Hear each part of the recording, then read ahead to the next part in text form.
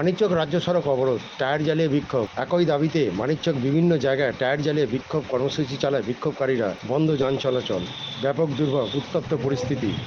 খবর পেয়ে মানিকচক থানার পুলিশ পৌঁছালে পুলিশের গাড়িও ভাঙচুর করে উত্তেজিত জনতা। ঘটনায় বেশ কিছু পুলিশকর্মী আহত হয়েছে বলে জানা গিয়েছে।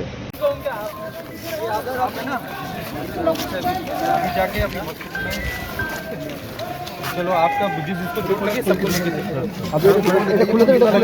हेलमेट कितना लगा अगर सर हेलमेट नहीं उसको पीछे नहीं कितना सर मार के खत्म कर देता।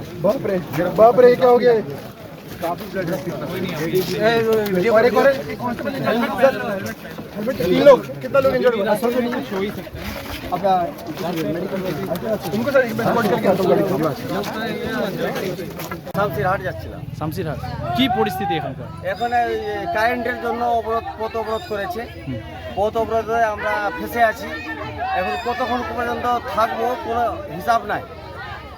এটা নূরপুর কলোনি মন্ডলপাড়া। এর আগেও তো দেখলাম নূরপুরে আরো কয়েকটা জায়গায় অবরোধ করা হয়েছে। এর আগেও আছে, ওখান থেকে কোনো রকম বেরিয়ে চলে এসেছিলাম, কিন্তু এখান থেকে বেরাতে পারছি না। 100% করতে হবে, 100% করতে হবে। কেন 5 দিন থেকে আমরা ঘুমাতে পাইনি। কারেন্টের এত সমস্যা আছে যার বলার কিছু নাই। কারেন্টের খুবই সমস্যা আছে। 10 মিনিট দিল আবার বন্ধ করে দিল, 1 ঘন্টা। 1 ঘন্টা দিল তো গোটা সারা রাত নাই। এরকম কারেন্টের সমস্যা চলতে 5 দিন থেকে একদম খুবই চলছে। আমি প্রায় মোটামুটি 1.5 ঘন্টা থেকে দাঁড়িয়ে আছি। কেউ কি এসছে, পুলিশ বা কেউ কি এসছে? কোনো প্রশাসন না, কোনো ভিডিও না, কোনো প্রশাসন আসে। দুটা সেভিক ছিল, সেভিক খালি ছবি করে নিয়ে চলে গেল। আপনার নামটা বলুন। আমার নাম এমডি মাসলাউদ্দিন। এর জন্য আমরা কমপ্লেন করেছি কি লাইন কেন আসছে, 1 মিনিট থাকতে চলে যাচ্ছে। সারা রাত লাইন থাকে না, দিনের সময় 1 মিনিট আসছে চলে যাচ্ছে।